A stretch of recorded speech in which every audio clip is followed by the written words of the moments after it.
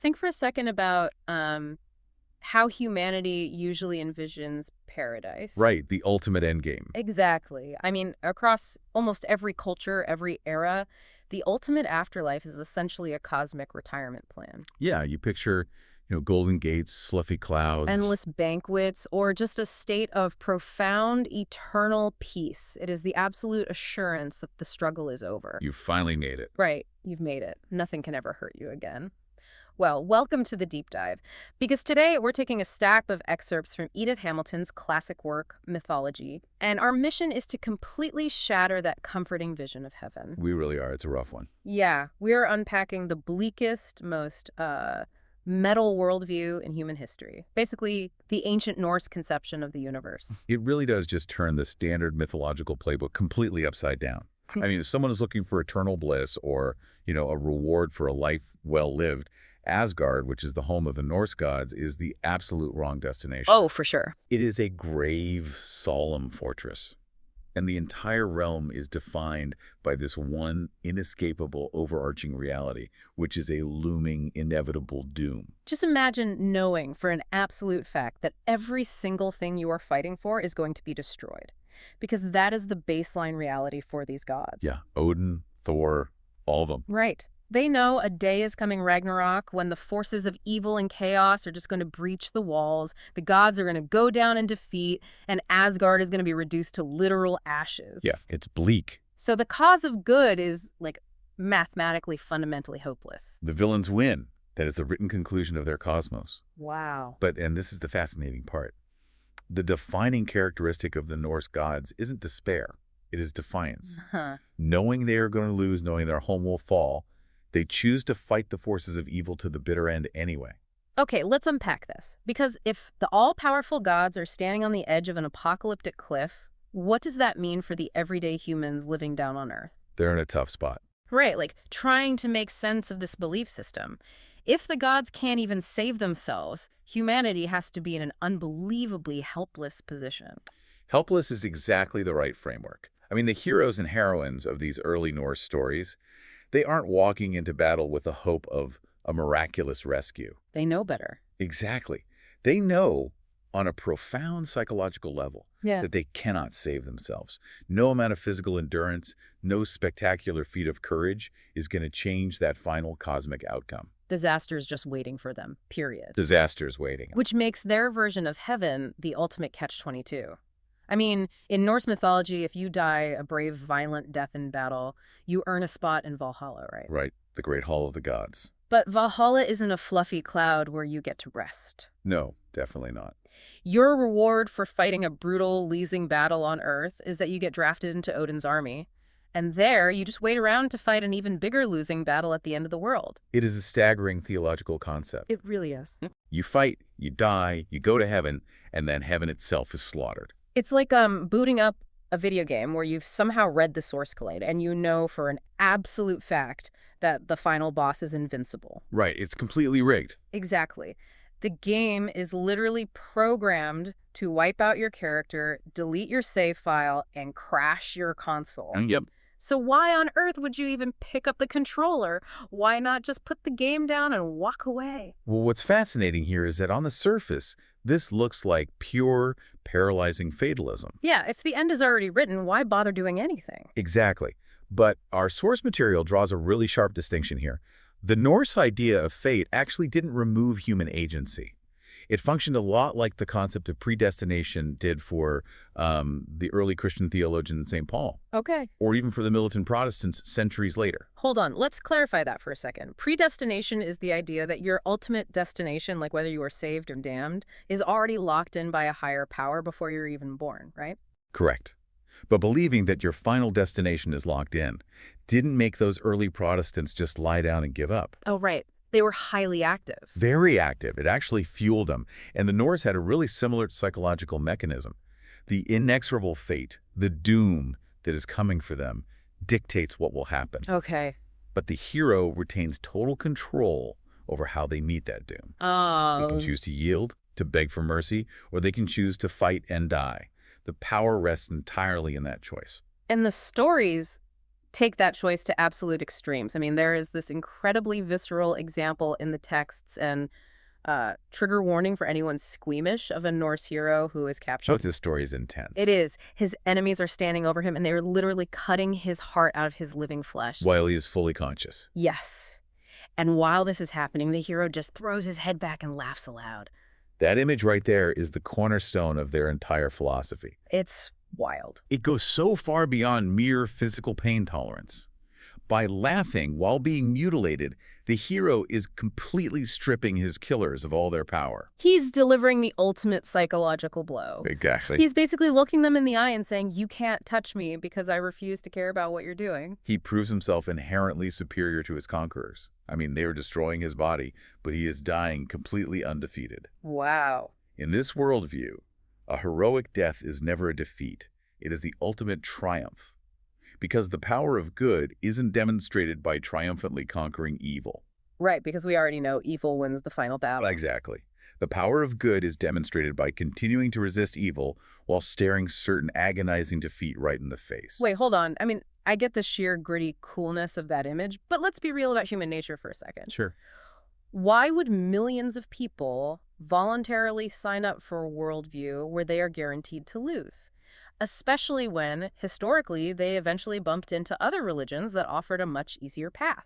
Or a promise of eternal joy. Yeah, like why choose the hardest possible path?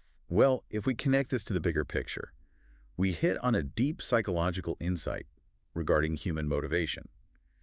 It's really tempting to think humans always gravitate toward the path of least resistance. We usually do. Right, but historically, the easy way has rarely commanded the true long-term allegiance of mankind. Oh, that's interesting. Our sources actually compare the rigor of this Norse heroism to the Sermon on the Mount, which is an interesting parallel. It is a crucial parallel, Yeah. because the Sermon on the Mount contains teachings like turn the other cheek and giving away all your wealth. Right, which is incredibly hard to do. It's a massively difficult moral bar to clear. Mm-hmm. And the Norse standard of heroism is also a massive, difficult bar, just pointed in a completely different martial direction. Both demand absolute internal rigor. Exactly. But there is a massive difference in the payoff. I mean, a Christian adhering to those rigorous standards generally looked forward to a heaven of eternal joy and reward. And the Norsemen did not. For unknown centuries, across the vast expanse of northern Europe, long before missionaries ever arrived, doing the heroic thing was simply enough in and of itself. Imagine doing the hardest, most grueling thing you have ever done in your life, knowing for a fact that nobody's going to hand you a trophy at the end. No reward at all. Right. There is no ultimate reward, no good karma coming your way. You are measuring the value of your life purely by an internal standard of courage. They understood that victory was possible in death. True courage could never be defeated, even if the physical body was obliterated. That's powerful. And this wasn't just like a fringe philosophy for a few wandering Vikings.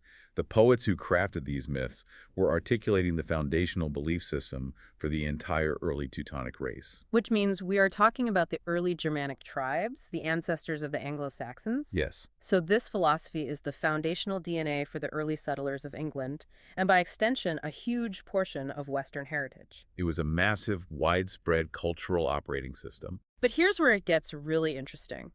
If this worldview was so foundational to millions of people across Northern Europe, why don't we know these stories the way we know the Greeks and the Romans? That's the big question. Right. Everyone knows Zeus throws lightning bolts and Hercules fought a lion. Why isn't the tragedy of Asgard baked into our standard education? It comes down to a deliberate, aggressive campaign of historical erasure. Wow. When Christianity began moving across northwestern Europe, the priests didn't just passively introduce a new religion alongside the old one. They didn't coexist. No, they felt a bitter, absolute hatred for the paganism they encountered, and they set out to obliterate it. The sources describe it as an extraordinarily clean sweep. They basically wiped the cultural hard drive of Northern Europe. That's a good way to put it. They eradicated the early records, the traditions, the oral songs. We only got lucky with a few stray fragments that somehow survived the purge in mainland Europe, like Beowulf in England or the Nibelungen Lied in Germany. If that clean sweep had been totally successful everywhere, Norse mythology would have been completely lost to the void. That's terrifying to think about. We would know practically nothing about the religion that molded that entire branch of humanity. But there was a geographical loophole, a glitch in the erasure. Iceland. Yes, the Icelandic anomaly. It's one of the great strokes of luck in all of literary history. Because it's so far away. Exactly. By its sheer geographical position, isolated way out in the freezing North Atlantic, Iceland was the very last northern country to be Christianized. I mean, it was a logistical nightmare for missionaries to even get there, let alone aggressively police the culture of every local village. The isolation fundamentally changed how the transition happened. By the time missionaries established a solid foothold there, they seemed to have been either gentler in their approach, or they simply lacked the centralized power to enforce the kind of cultural override that happened in mainland Europe. That makes sense. And crucially, Latin did not drive out the Norse language. Okay, that is a massive detail. Because in the rest of Europe, Latin became the operating system of the educated elite and the church. Right. If you wanted to write something important down, you wrote it in Latin. The old pagan languages were suppressed or just lost their cultural weight entirely. But in Iceland, the people just kept telling the old stories around the fire in their native common speech. That's beautiful. The oral traditions survived intact long enough for someone, eventually, to write them down in the language they were actually conceived in. Wow. This geographic isolation is the only reason we have the two foundational texts of Norse mythology, which are the Icelandic Eddas. So we have these texts that barely survived by clinging to a frozen rock in the ocean. Basically, yeah. Which means we really have to talk about the actual condition of the books that made it into our hands. Because anyone expecting a polished, elegant masterpiece is in for a shock. Oh, definitely. The texts are incredibly raw. The material is generally broken down into two main sources. First, you have the Younger Edda, written down by a figure named Snorri Sturluson in the late 12th century. Which is mostly a textbook, right? Essentially, yes, it is a technical treatise on how to write poetry. Okay. It does preserve some prehistoric mythological material that we don't find anywhere else, but it's not the primary wellspring of the myths themselves. The main event is the Elder Edda. But reading the Elder Edda is a chaotic experience. I mean, think about a major movie studio trying to build a cinematic universe like the MCU. Right. But instead of hiring a director to make finished, cohesive movies, they just publish the messy, unedited first drafts of a dozen different screenwriters. That is a perfect analogy. The Elder Edda is made up of all these separate poems. Often, they're telling the exact same story from different angles, but they are completely unconnected to each other. The real tragedy of the Norse literary tradition is that the raw material in that messy first draft had the potential to be the next Iliad. Oh, easily. The conceptions are absolutely massive.